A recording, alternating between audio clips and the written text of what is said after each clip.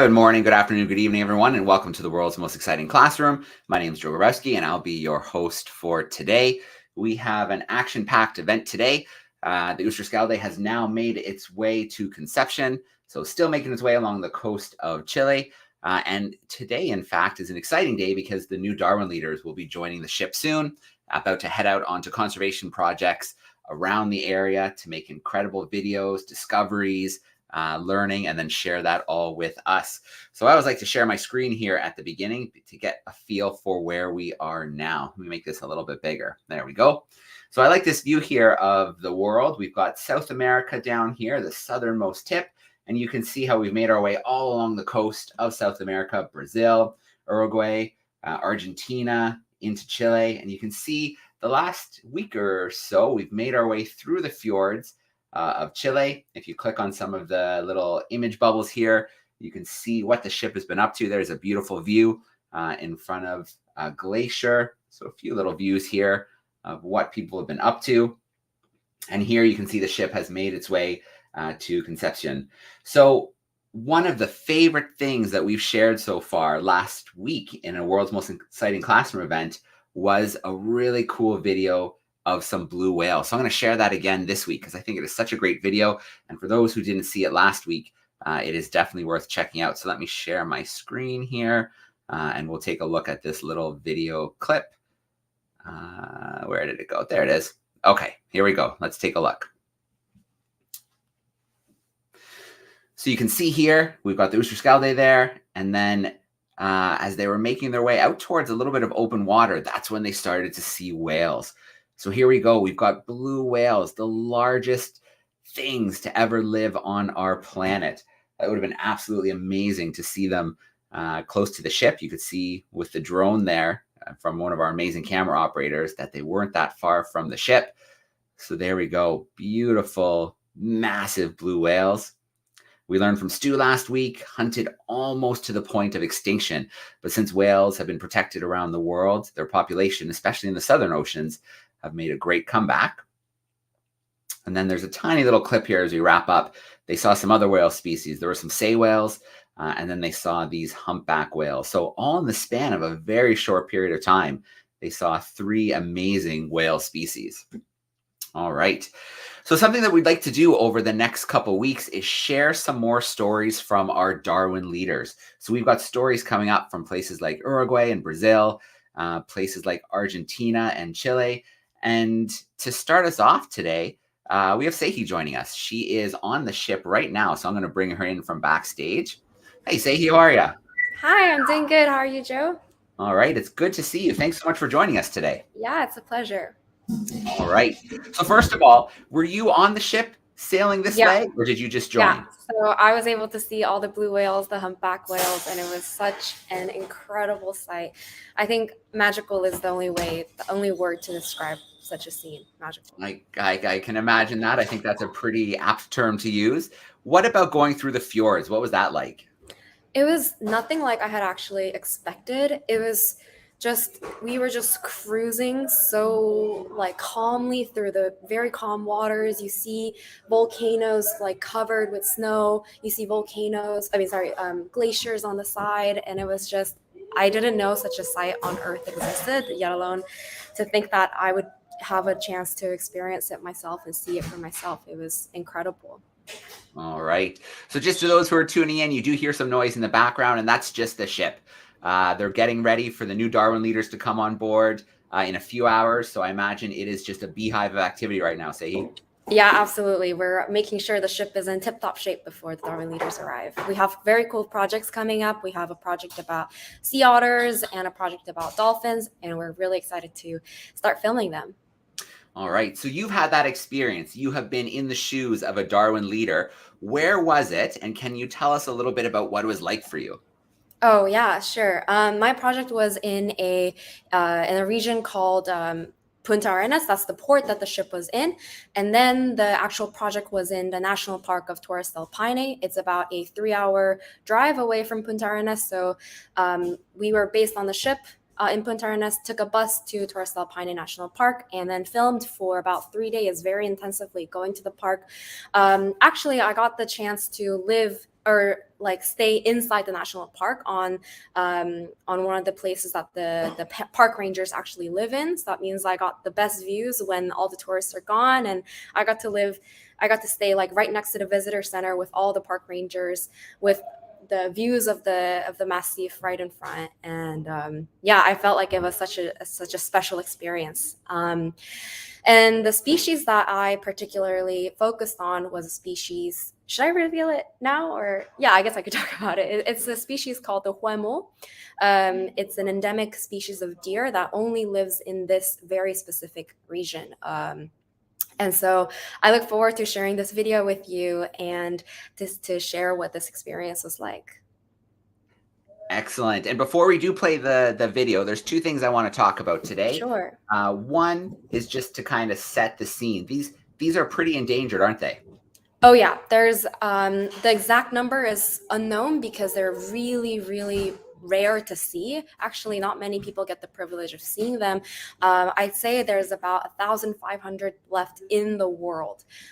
Just over 1,000 in Chile and 500 in Argentina, but there's this very specific region that these species of deer live in. So it's not, they're very, very endangered, but not many people know about it because there's so few left in the world.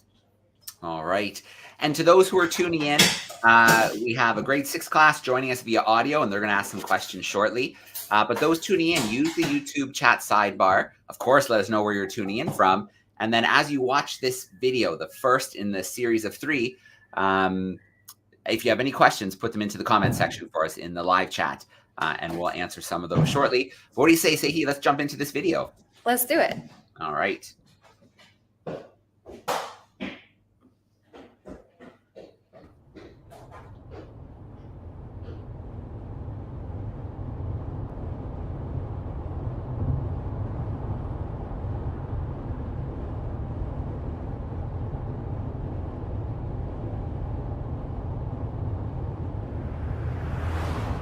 How do we conserve something we don't even see?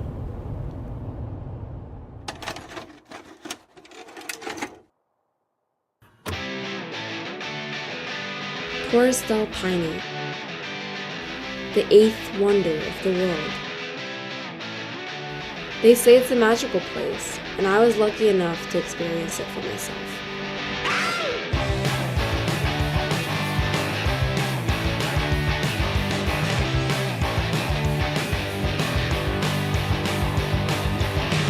Let me introduce you to the characters of my story.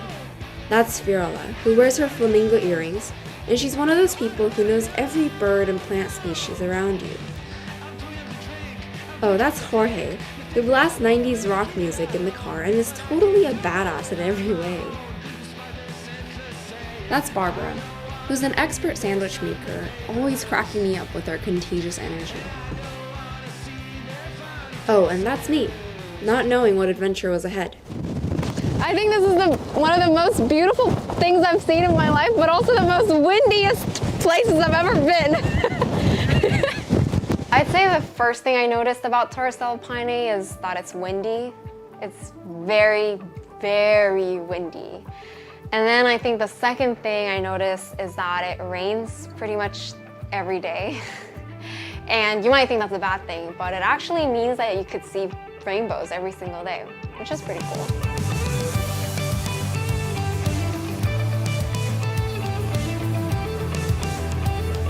This magical place is filled with berries and tender flowers that fight against the 100km/h wind every day. And you're just so amazed because, I have so much trouble just standing up straight myself. I don't know how the flowers are doing it. It's also home to gauchos, an integral part of Patagonian culture. I think on the first day, Jorge told me that if you look carefully, you could see the silhouette of a gaucho riding a horse on the peaks of the national park. But only if you have a gaucho herd, you will see it. Try now. And honestly, I don't think I saw it until the second day. It took me many, many squints to finally see it.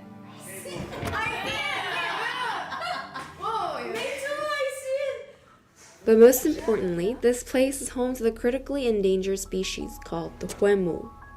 It's on the Chilean coat of arms, although the species itself is not very well known. During my time in Torres del Paine, Fiorella, Jorge, and Barbara taught me all about them. I think I remember Barbara describing it to me as like a magical guardian animal of Patagonia, and that tells you how special it is. Que es un animal que como que te da, como cuando lo ves, como que te parece como que te da ternura. And they are also a very mystical animal because they are deers, but they are not especially afraid of people. They say that when you finally get to see it, you feel like you're part of it and it's a part of you as well. I don't know, does that make sense to you? The Huemul is an animal who gives you a lot of calm and silence, because to observe it you have to be in silence and so don't move fast so that you don't scare the animal. Calma, para mí los huemules me llevan a eso, como tranquilidad y emoción, amor, como son animales pasivos, como hermosos. The first thing I learned about the Huemul is that there's only 1,500 left in Chile and just under 2,000 left in the world, which is pretty devastating. And if you think about it, I think it's easier to see a polar bear than it is to see a Huemul. We don't even get to see Huemul because there's so few left in the world. And that thought posed a question in my head which kept coming back to me over and over again, which is, how do you conserve something that you don't even see?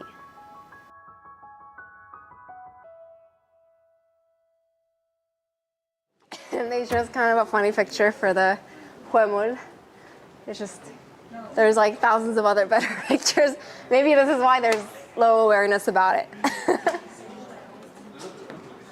They say it used to be very easy to see Huemul in the wild, but certainly not anymore. Their biggest threat? It's not the puma, which supposedly is the only natural predator of Huemul. Instead, there is a new, vicious, ruthless animal by the thousands, driving the Huemul to the brink of extinction. It's cows. Yeah, cows. Thousands and thousands of them inside the national park. Isn't that crazy? To see this change for myself, I headed to a region called Pingo. The ranger in charge of Pingo is Jose. He also goes by Wayaha. He is one of few rangers left in the park who can actually ride a horse. He has a bit of nostalgia for the past.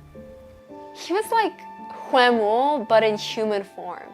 He is so agile and fast on the trails. I was always running to catch up to him.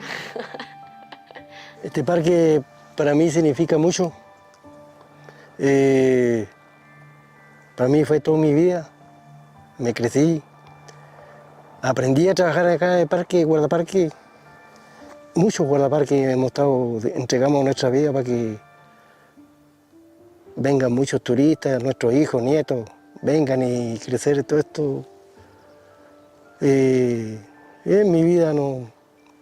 Y pedí que si muero el día de mañana me vengan a tirar mis cenizas acá en el parque. Oh yeah, another thing is that Wayaha hates cows. Well, he pretty much despises the cows.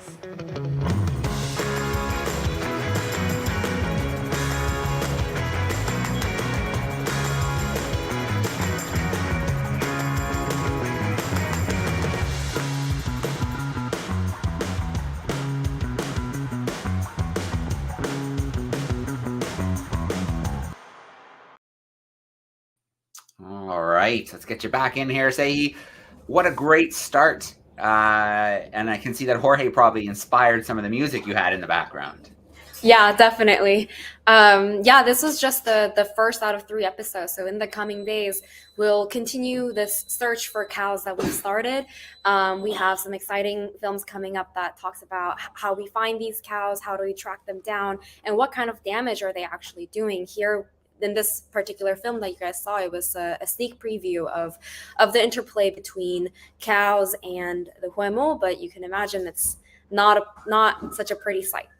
Yeah, absolutely. In fact, there's a question that came in on the chat already, wondering why that the cows are allowed to graze in the national park. Are they allowed to, or are farmers just doing it, ranchers just doing it? That is an excellent question. And that was basically the primary question that I was investigating. So technically, the cows are not allowed to be in the national park. You can imagine the national parks around your home country. You would be surprised to find domestic cows grazing inside the national park. They don't belong there. But it's really easy to see the cows there because actually it has some historical reasons, because the national park used to be surrounded and is still surrounded by different ranches that has been practicing these grazing techniques for generations and generations. And in the past, they would just let go of the cows in the national park and they would graze for free. So for the farmers, it's just free grass that they can use to keep up with their cows. But now it's a protected area. People are more aware that we need to protect this area. We need to be aware of what kind of animals we're introducing to the ecosystem. But in fact, the neighboring ranches and the farms that are nearby are still practicing the same techniques that they've been using for generations, due to many reasons: cultural reasons, lack of communication, lack of trust between the park and the farmers. So there's a whole myriad of reasons. All right. We have some grade 6s in Linwood, Ontario hanging out backstage. They're joining us via audio today. How are we doing, grade 6s? How are we doing, guys? Good. All right. I can see a question in the chat already, but let's grab a couple questions while we have you. Okay, what questions do we have? Anybody have any questions so far? Yeah, come on up.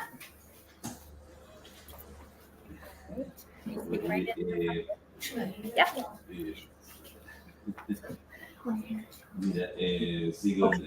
Why are cows bad to the land?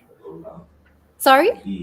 Why are cows bad to the land? Or what do they do that you don't like them? What do the cows do that are so bad? Yeah, that's such a good question, because when you see cows, they're so kind and nice. They look good and they look picturesque. So most tourists actually just take pictures. They think they're so good for the environment, but actually the kind of damage that they do is very detrimental. What they do is they eat all the food that the Huemul is supposed to eat. So there are these tender leaves that only Huemul can eat. The Huemul doesn't eat very rough, aggressive grass. They eat young, softer trees. But then the cows, they just take over the entire region and they eat all the food that was supposed to be Huemul's food. Also, the cows are so big and so, some of them actually, this is actually something that surprised me. Some of them are wild cows. So what happens is that the farmers let go of the cows into the region, right? And then the farmers forget to bring back the cows back home. So then these cows are just wild. And you can imagine like these angry bulls that are kind of running around, and it can actually be dangerous. And they also are very aggressive. They knock down trees because they like to scratch their backs on a tree or something like that. They dig holes so that they can, have a little bath on the dirt. But this is so detrimental because it's knocking down trees. It's destroying the habitat.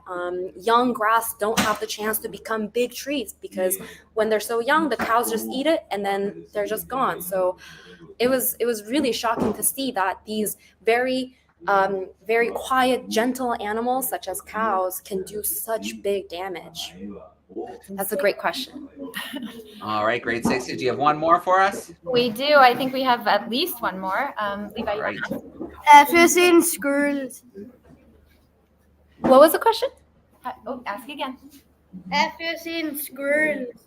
Are there Have any I seen squirrels in the area? Oh, squirrels. Yeah. I don't think I've seen squirrels when I was there. I don't know. That's a good question. I don't know if they actually there's a native species of squirrel that lives in Chile. Okay. We do have one more if you can take it. Of course. Okay. How big are those birds? How? I think he's asking how big. Are you asking how big the herds of cows are? The birds. The birds. Oh, the birds. How big are the birds there? Oh, Oh, there's so many different kinds of birds. There's big birds, small birds. Actually, I'm a terrible birder, so you have to be very quiet when you're supposed to watch the birds so that they don't fly away. But I am so terrible. I get so excited when I see a bird. I'm like, oh, look, there's a bird, and then they just fly away.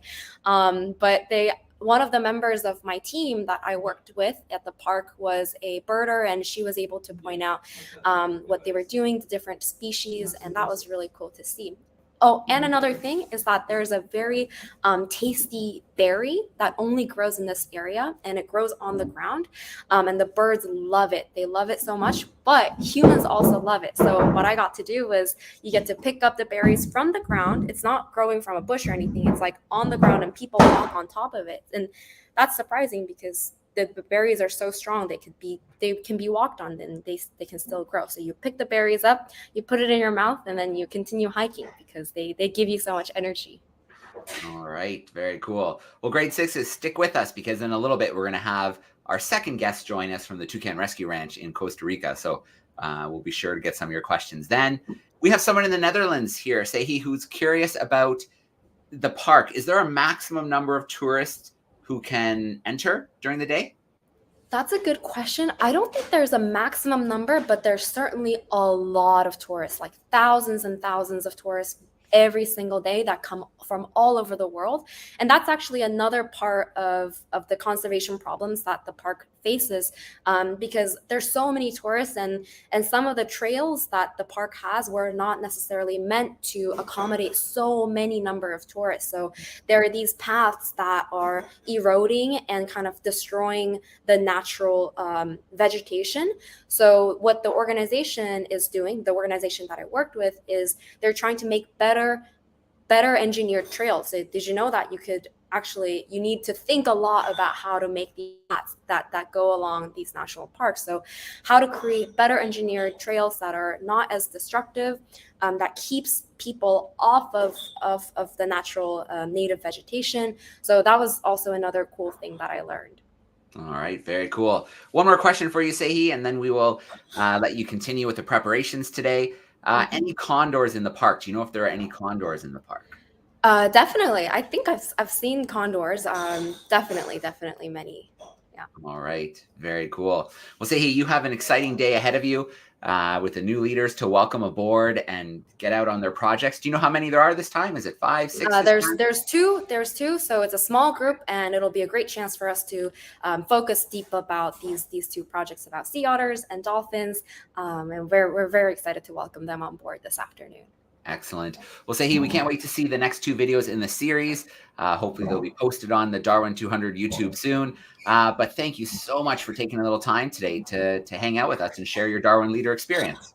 Absolutely. It's been an honor. Thank you everyone for tuning in and for watching the video that I worked on really hard with me, of course. And I also have to mention the videographer that has poured his heart and soul into making this video with me. So I'm really happy you guys enjoyed it. Thank you. All right. Excellent. Thank you, Saehui. We will connect again soon. But for now, have a great day. All right. Bye-bye. All right. Well, very cool. The next things that we're going to do, we have a few things to do. One is that we have the Toucan Rescue Ranch joining us shortly. So from Costa Rica, we had them join us a few weeks ago, and they shared with us some amazing facts and knowledge and the work that they do rehabilitating native wildlife in Costa Rica. So we met the sloths, some of the sloths that unfortunately couldn't be returned back to the wild, so some of their resident sloths. Today we're going to do things a little different, and we're going to meet some of their toucans that they have at the rescue ranch, aptly named the Toucan Rescue Ranch. But before we do that, we are going to take a look at the results from last week's experiment. So last week, 2 weeks ago, we had an experiment with candles. And what I'm going to do here is just play a little clip to remind you what it looked like. So just bear with me for a moment while I bring it in here. And then we'll play a little clip so that you can see just a reminder of the experiment. So here we go. And we are going to cover the candle with the glass jar. So the glass jar goes in. And then I'm gonna try and get down here a little bit, and we're gonna see what happens. So you should be able to see something happening. You see our candle went out, you see it started to float, and you can see that the water level has risen by at least an inch, maybe even an inch and a half inside of this jar. So there we go. It worked out nice for us live. Your task this week is to try this at home, try this in the classroom. Again, a reminder that it does use something like a match or a barbecue lighter. So you do want to have someone help you out with that. And then try this out, take some pictures, and send us your results. You want to. All right. So that was our experiment from 2 weeks ago, the candle in a jar experiment. Let's talk a little bit about, what happened there and why. So we saw a few things. First, we saw the candle lit, and then we put the jar on top. Now, what that did is it cut off the oxygen supply to the candle, to the flame. They can't burn without oxygen. They need that fuel. So once we put that jar on top, that was pretty much game over for that flame. It used up the small amount of oxygen in the jar, and it went out. But there were two things happening during that time. First, when the jar first went on, it heated up the glass, it heated up the air inside. So that air expanded. When air heats up, it expands and pushes. So that created more pressure. Now, air likes to be evenly balanced. It likes to have equilibrium. So with more pressure inside the jar, it pushed outwards to start, to equal things out between the inside and outside of the jar. But very quickly, the flame went out. So the air in the jar started to cool down quickly, which means now instead of more pressure in the jar, there's less pressure in the jar compared to outside. So all of that air wants to equalize. So it pushes in from the outside. And when it does that, it pushes the water in as well. So that's why we saw the water rise after the flame was extinguished. So it's all about air pressure. And air pressure always wanting to have a nice balance, a nice equilibrium. So if air expands, other cooler air will rush in to fill that space. If air cools down and contracts, warmer air will rush in to fill that space. So all about equalization, pushing that water. So initially, you couldn't see it in the video, a little bit of water was pushed out. And then once the pressure changed and became lower, the air moved in and it pushed the water in with it. So that was our experiment from 2 weeks ago. And right after we spend a little time with the Toucan Rescue Ranch, I have another experiment lined up here. We'll do it live in my office, and we will do that together before we wrap up. Now, I can see we have the Toucan Rescue Ranch backstage, but before I bring Andrew in with us, I want to quickly look at our curiosity of the week from last week, brought to us by the folks at the National Marine Aquarium in Plymouth in the UK. They had a really cool curiosity for us. So let's take a look at that curiosity, and then we'll have a new one to end the event today. So let's get in here, jump to a new video, and let's take a look at our curiosity from last week. Hello everyone, it is Georgia from the Ocean Conservation Trust, and I'm here today to give you the answer to last week's curiosity of the week. So we showed you these artifacts and we asked you to have a think about what they are or what animal they might have come from. And if you said they are a mermaid's purse or an egg case, then well done to you. The name egg case or mermaid's purse comes from the fact that it's kind of like a purse shape, but there's definitely no money inside of these. In fact, they used to have baby sharks or rays in them. So this is where some species, they lay their egg cases and the little babies are inside, and that's how they develop. So to start with, we've got this really tiny one. This is from a ray, likely to be a blonde ray. Then we have got this one that has a more elongated shape from a cat shark. This massive one is from a flapper skate. And then this really cool one here with a corkscrew shape is from a Port Jackson shark. So we are going to tell you loads more about these egg cases next week on the next week's episode of the World's Most Exciting Classroom. So we hope to see you there. All right. So a big shout out to Georgia and the whole crew at the National Marine Aquarium and the Ocean Conservation Trust. Last week, they did an incredible lesson on clownfish and how very different they are from the movie Finding Nemo. They had a great experiment for us, making slime like the clownfish use to protect themselves in their sea anemone home. So you have one more week to get your results into us from making your own slime. Hopefully you try that in your classroom or hopefully you try it at home. Now we are going to bring in our guests. We have Andrea joining us from the Toucan Rescue Ranch in Costa Rica. They are an amazing facility that for 20 years now have been rescuing and rehabilitating native Costa Rican wildlife. And the best thing about what they do is that whenever possible, the wildlife is released back into the wild. And we learned all about how the sloths go to school. They start off young and learning basic skills and are eventually released back into the wild. So let me bring Andrea in with us live. Hey, Andrea, how are you? Hey, Joe, how are you? Good, good. It's good to see you today. Same. How are things in Costa Rica? I know it must be dry season right now. Is that right? It should be dry season, but it's been raining a lot this week. So as of this week, this is actually the first day that we've had sun and blue skies. So I'm actually quite excited about that. All right. Well, the clouds cleared just for us. That's awesome. That is true. Cool. So I'm gonna start if you're good with that. Yeah. Awesome. So as Joe was saying, we are the Toucan Rescue Ranch, and so we're located here in Costa Rica, and we're both a rescue center and a wildlife sanctuary. And so on the rescue center side, we always try to rescue, rehabilitate, and rewild animals to try to take them back into the wild where they belong. But if an animal cannot make it back into the wild, then they stay here on the sanctuary grounds. So I'm actually at the sanctuary.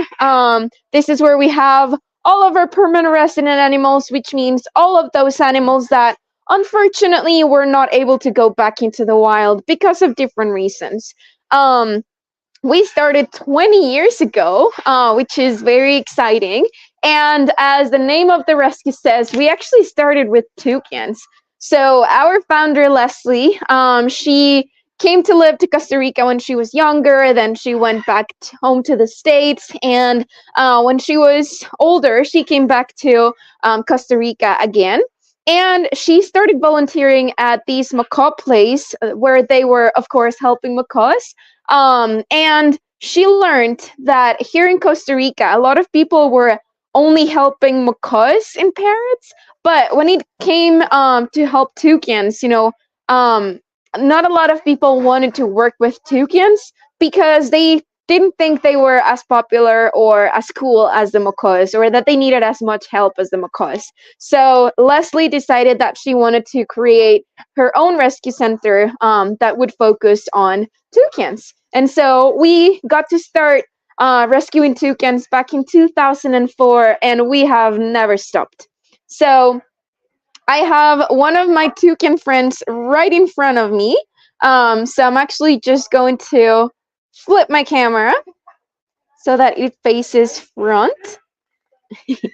So this is Totem.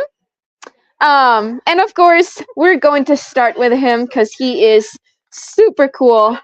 He's a lot of fun as well. And he's usually here on the very front of the enclosure. Now, there are around 40 different species of toucans in the world. For you guys to remember, toucans are only found in Central and South America and in some places on the Caribbean as well. Here in Costa Rica, we only have 6 different species of toucans, and hopefully I'm going to be able to show you 4 of those 6 species. And I say hopefully because 1 or 2 of them are actually very skittish with people, and they don't like to spend a lot of time with people. But Totem here, he does. Now, of course, Totem is a rainbow-billed toucan or a keel-billed toucan. You can clearly see why they're called rainbow-billed toucans. And if you see his bill, now that he's showing it to us, you can see that he's got almost all of the colors of the rainbow on his bill. So I see a little bit of blue, green, orange, red, maybe a little bit of purple. And as I was saying, most of the colors of the rainbow. We've got 2 rainbow-billed toucans living here with us, both Totem and Annabelle, who is in the other enclosure. You can see her moving and hopping. So both Annabelle and Totem arrived here as full-grown adults. It turns out that both of them had a collision against something. So in Annabelle's case, she got into a collision with a car, which is unfortunately very common with toucans. And so since she had that collision with a car, she has a very bad fractured wing that actually prevents her from flying. So she has a fractured left wing, and you can see her, she likes to hop around, and she knows how to move around all across her enclosure. If her wing wasn't broken, she would have probably flown from that lower branch to where she is now, but she manages to climb very, very well. And that is one of the very cool characteristics about toucans. They don't fly a lot or very long distances. They prefer to stay on the trees and actually climb from or hop from branch to branch. So that is how they move in the wild. So that is a natural behavior. Of course, since she cannot fly, we're gonna put way more branches over here so that she gets to move around all across her enclosure. Then with Totem, we like to joke around his story because his story is quite interesting. It turns out that we say Totem was probably looking at his phone while flying, and he was not paying attention, and so he got into a collision with a tree. Can you imagine a bird colliding and crashing towards a tree? That's just silly. It doesn't make any sense. So we're actually not sure what happened to Totem that made him crash into a tree.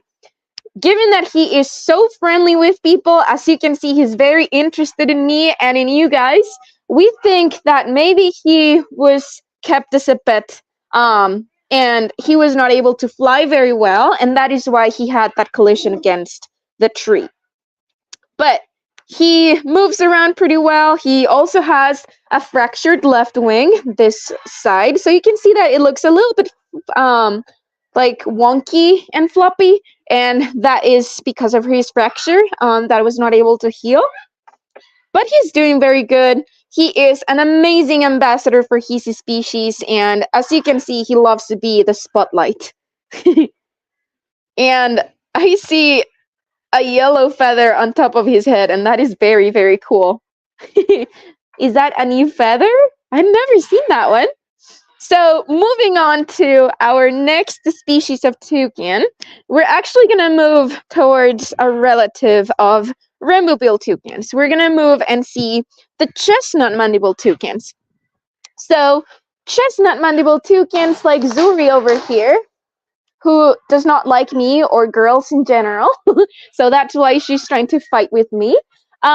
Chestnut mandible toucans are the largest species of toucan we have here in Costa Rica, and the second largest species of toucan in the world. And you're not being nice, so I'm not going to show you anymore. And I'm going to see if maybe Tuki wants to come here. Okay, now Tuki is nicer than Zuri.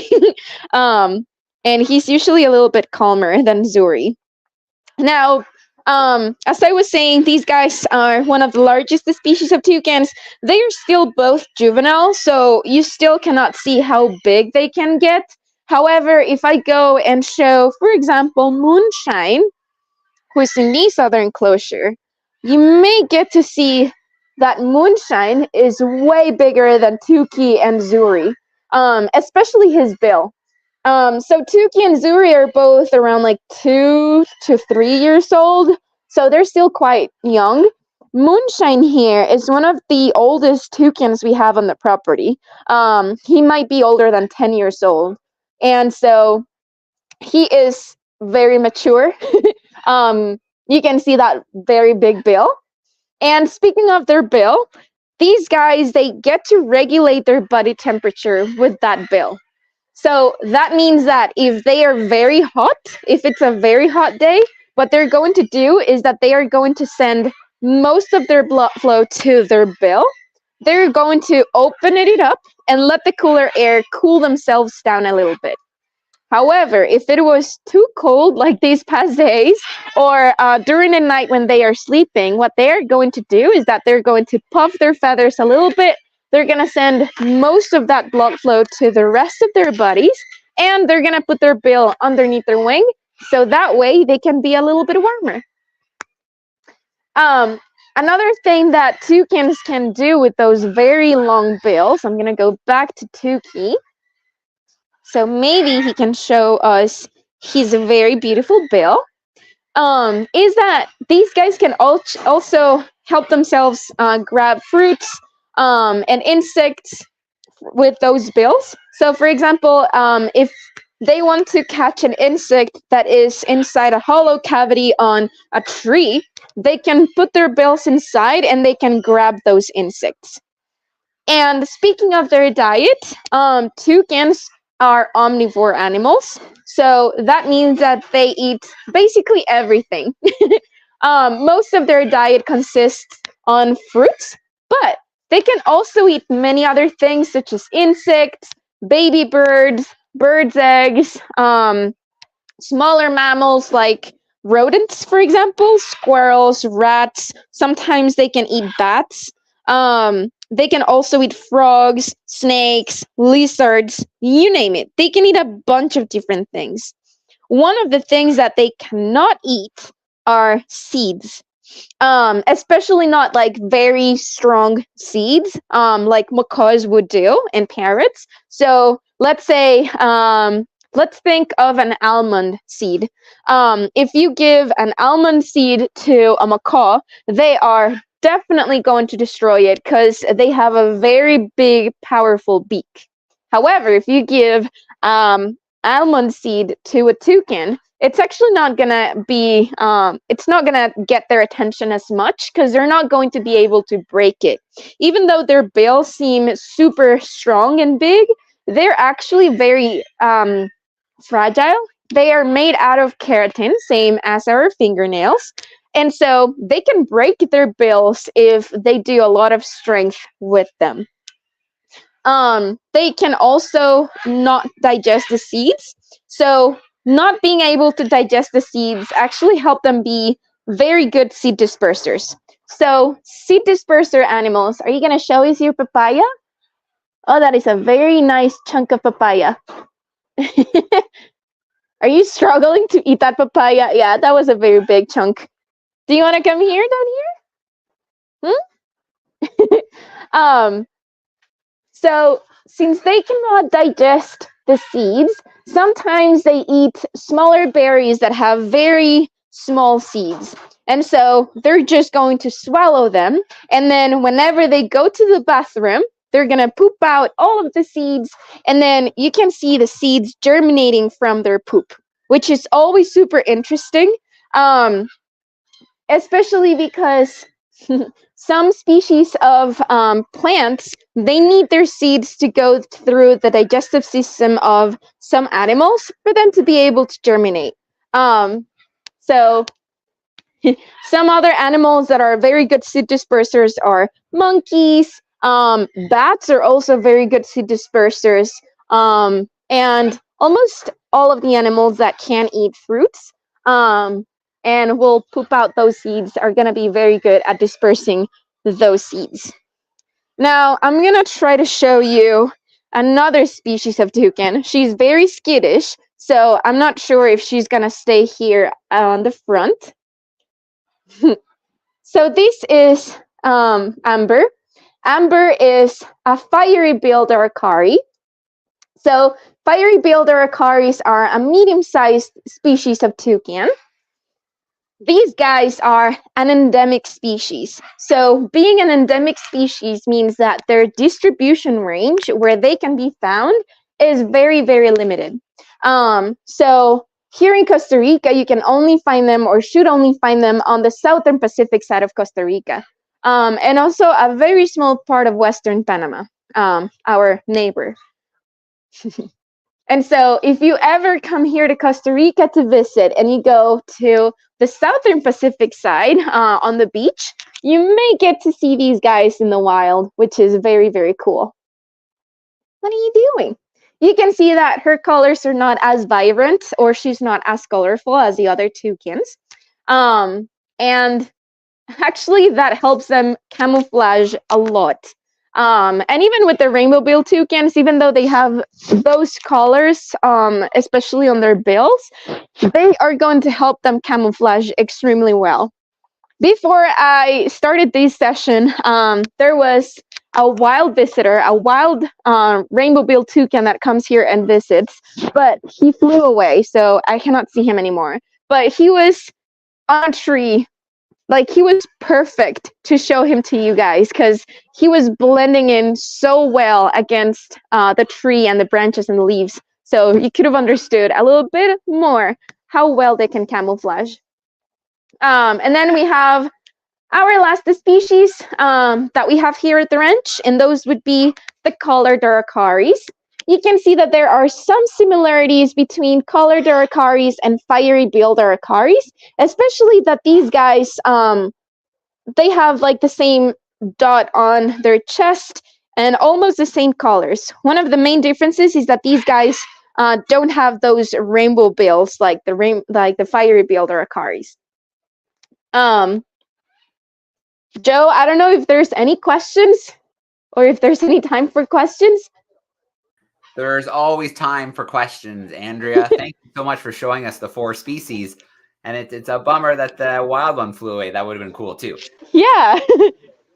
All right. Well, I hope students were paying attention as well, because right after we ask a few questions, we're going to do a little Kahoot quiz and see who comes out on top. But to get things started, I've got a question here in the chat.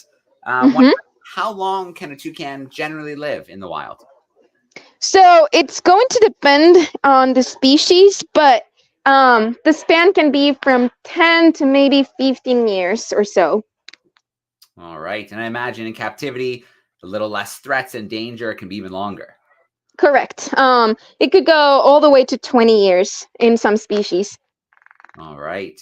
It's beautiful, their bills. You would think they're so heavy, but they're actually very, very light. It's so cool. Yes. Okay, we have some grade 6s in Linwood, Ontario. I bet you they have a few questions for us. Always. Grade 6s? We're doing great. This is so cool. All right, we have at least a few questions. All right. What is your favorite species of toucan? Oh, that's a very hard question. Well, I've never seen a yellow-eared toucanet. It's the only species that I have left to see here in Costa Rica, so I would say it's probably one of my favorites as of now. All right, very cool. Let's grab another one of those questions. All right, Levi. How many kinds of toucans are there? So there are around 40 in the world, and here in Costa Rica, we only have 6. Thank you. All right. How much does a toucan weigh? How much does a toucan what? How much does a toucan weigh? How much does it weigh, Andrea? Oh, weigh. It's not a lot. It's probably about like a kilo or so. Oh, okay. All right. How tall is the largest toucan? So the largest toucan would be a Toco toucan, and they're not extremely big. They're maybe a little bit bigger than the rainbow-billed toucans. Okay, and then, Naomi? Do the toucans have ears? They do have ears, so if Totem likes to see... There you go. They have ear holes, so they're not gonna be like our ears. I don't know if you can see it almost next to his eye. It looks a little bit blackish. Oh, you can see it a little bit better there, like a black spot. That is where their ears are. Thank you, Totem. All right, let's grab one more question from our grade 6s, and we'll take a couple from YouTube. Okay, thank you. How big is a toucan's beak? So each individual can have a different size bill. So some of them are going to be shorter than others. It also depends on the species. But maybe the longest a bill can get could be around like 50 centimeters or so. All right. Thank you, grade 6s. You had great questions for both of our guests today. Thanks so much. Yeah, thank you. Thank you. All right, I'm going to grab one or two here from YouTube, Andrea, and then we will let you continue with your day. So sounds good. I've got a question here from Beth in the UK, and she's wondering, how many toucans do you have at the ranch right now? So let me count. I think we have only here at the headquarters, we have around 12. There's 2 of those that we're trying to rehabilitate for them to go back into the wild. And so they're actually on a different enclosure. They are on these green enclosure over here. And you can watch them live if you want. We have a Toucan TV camera where you can watch the toucans live every single day. It's a lot of fun. And then I know that at the release site, our other location, we have some juvenile toucans that we're racing for them to go back into the wild when they're ready. All right. Miles wants to know, this is a hard question. He's asking how many toucans are there in the world? But maybe we can change it just slightly to talk about, are there any species that are maybe endangered in Costa Rica? So none of them, from what I know, is critically endangered. For sure, they're either vulnerable or endangered. But I don't think there's one that is critically endangered. And so, of course, I always say that even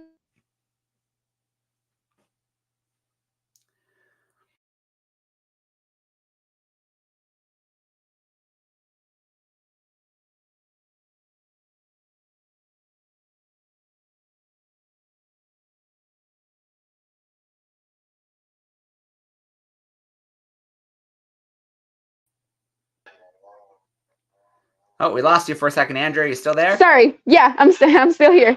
That's okay. We gotcha.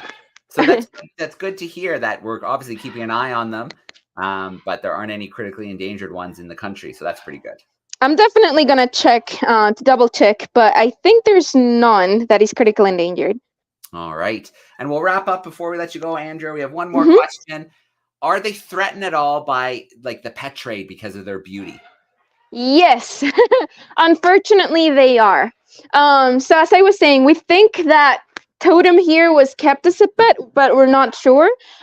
We do have some toucans, for example, Zuri, Tuki, Moonshine, and most recently Tintam, that were kept as pets. So both Zuri and Tuki were kept at a house, and then they got confiscated, and that is why they're here now.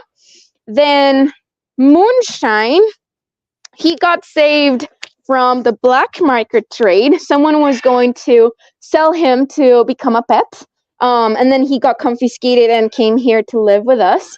And then our latest rescue and most recent permanent resident, Tintam, he's another chestnut mandible toucan. He's on the end. He's kind of skittish right now.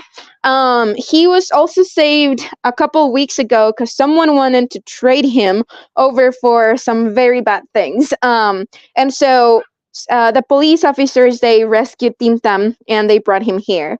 Unfortunately, he has a broken wing. So even though he is not very used to being around people, since he's not able to fly, he's going to have to stay here with us.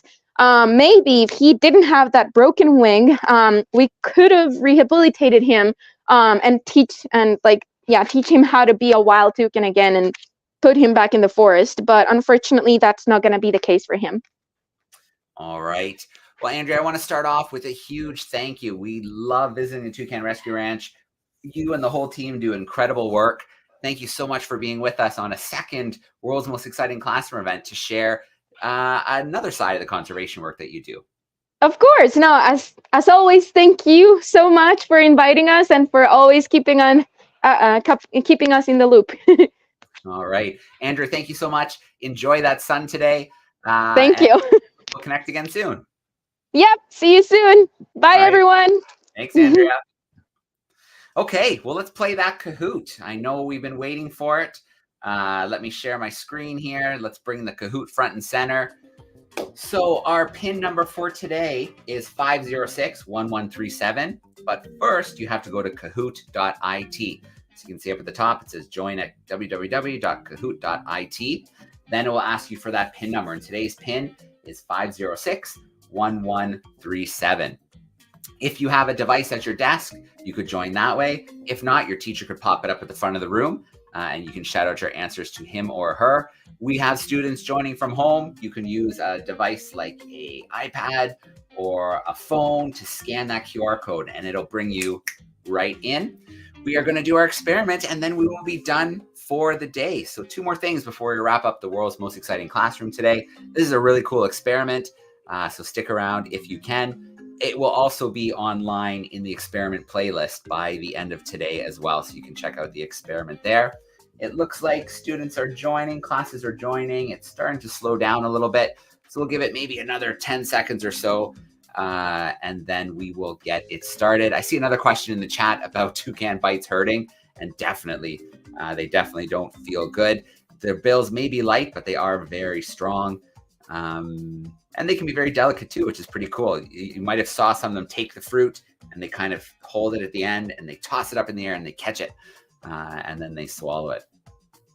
Okay, I think we are ready. Let's get this Kahoot started. We're going to count you in with 3 seconds and then our first question will come up. So all true and false and multiple choice today. Our first question is, the Toucan Rescue Ranch is located in, was it Ecuador? Is it Chile? Is it Costa Rica? Or is it Argentina? So you have 4 options there for the location of the Toucan Rescue Ranch. Was it Ecuador? Is it Chile? Is it Costa Rica? Or is it in fact in Argentina? So this might be a little tricky question because we did bounce around the world a little bit today in our live event. But let's see how we do. We've got a couple more seconds to get your answer locked in. All right, good job, crew. Overwhelmingly, we went with Costa Rica. That is absolutely correct. So the snowy possum is in that first spot. We have a true and false coming your way. A toucan's beak is very heavy. Is that true or is that false? A toucan's beak is very heavy. Got a couple more seconds to get that one in. The time for true and false is a little bit shorter. True or false, a toucan's beak is very heavy. All right, that is absolutely false. Birds are adapted to be light because they need to be able to fly and get into the air. So their bones, in many cases, are almost hollow, so they're very light. And their bills, the toucan's bill, has to be light so that they can take off and fly in the air. All right, the cute eagle has snagged that top spot. We've got another question here. How many species of toucans are in Costa Rica? Was it 2, 4, 6, or 8? We know that in the world there's 40, but how many of those can be found in Costa Rica? 2, 4, 6, or 8? Got 3 more seconds to get an answer in. All right, it is 6. 6 species of Costa Rica, or sorry, of toucans in Costa Rica.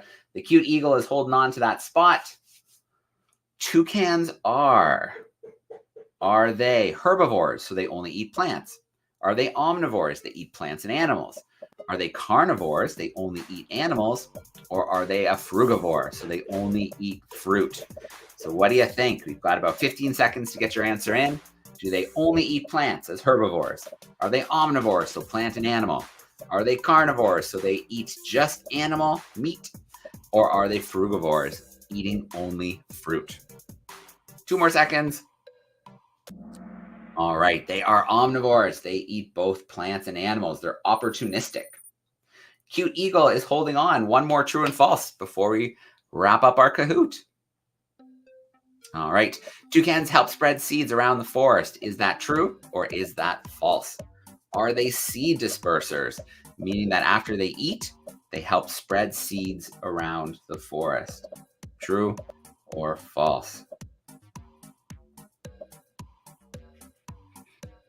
All right, that is absolutely true. The seeds that they eat in many cases are not digestible, but as they fly around the forest and they poop out those seeds, they help seeds disperse and grow all throughout the rainforest. So looking at our podium, in third place, we've got the smooth cheetah. In second place, we have the red pigeon.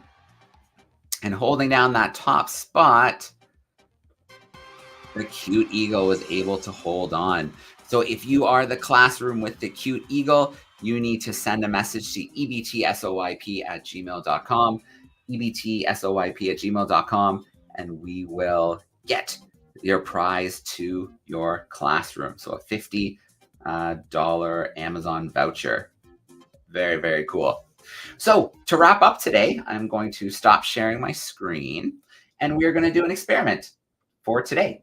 So I have my second camera set up and we're going to do the experiment live here today. So let's clear that out of the way. There we go. Let's switch to my second camera. We're happy with that too.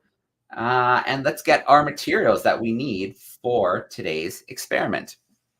So pretty easy experiment today, not a lot of materials. You need a jar, so you could use something like this mason jar, which I have used. You might have some science equipment. You might have a beaker or something that you can use in your classroom, but I just used a mason jar. And then I filled a little layer of the bottom with baking soda. So I'll just show that up there. So I've got that filled up with baking soda. You can see that there. Not a whole lot, just a little layer on the bottom. Then you're going to need a little bit of vinegar. So this is just white vinegar. I have it here in this little glass container. So I'm going to set that here. And then this is where you're going to need some help. If you do this in the classroom, you'll definitely want your teacher to do it, maybe at the front of the classroom to demonstrate. Or if you're doing it at home, you'll want some help from mom and dad because we need 4 of these little candles. You might use bigger candles. You might have something in the classroom or at home that you can use. But I have these little tea lights here, so they're not very big. But that's what I'm going to use for today. I am going to use this handy dandy barbecue lighter, and I'm going to light these 4 candles. So 1, 2, 3, 4. Now what I'm going to do today is I'm going to extinguish these candles. I'm not going to touch them. I'm not going to put anything on them. I'm not going to blow on them. But in a moment, like magic, these 4 candles are going to be extinguished. So to do that, I'm going to take my mason jar and I'm going to pour the vinegar in. Now watch what happens when I pour the vinegar in. We get a nice reaction happening there, fizzing up. Now I'm going to take it and I'm just going to not pour it, but I'm just going to run it over the candles. Nothing's coming out from it. I'm not pouring anything. But look at that. All 4 candles have extinguished themselves. I didn't blow on them. I didn't touch them. But something happened there, some kind of reaction. So that is your experiment over the next 2 weeks to try this in the classroom with your teacher, or maybe try it at home with mom and dad. You can see the supplies here. We don't need a whole lot of supplies to be able to do this experiment. So I want to see your photos if you try this at home, in the classroom. Send them to the classroom at DARWIN200.com and we'll have some prizes for some classrooms that do send in some photos. So classroom at DARWIN200.com.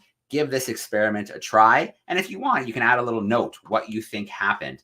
And in 2 weeks from now, we will explain the results and we will share just what happened in this experiment.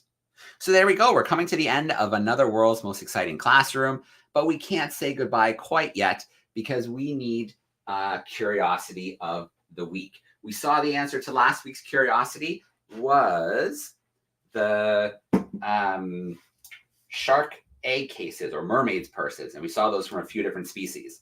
This week's curiosity is something I collected on one of my travels a few years ago. So here it is. We'll get a nice view of it here, and then we'll make our way down.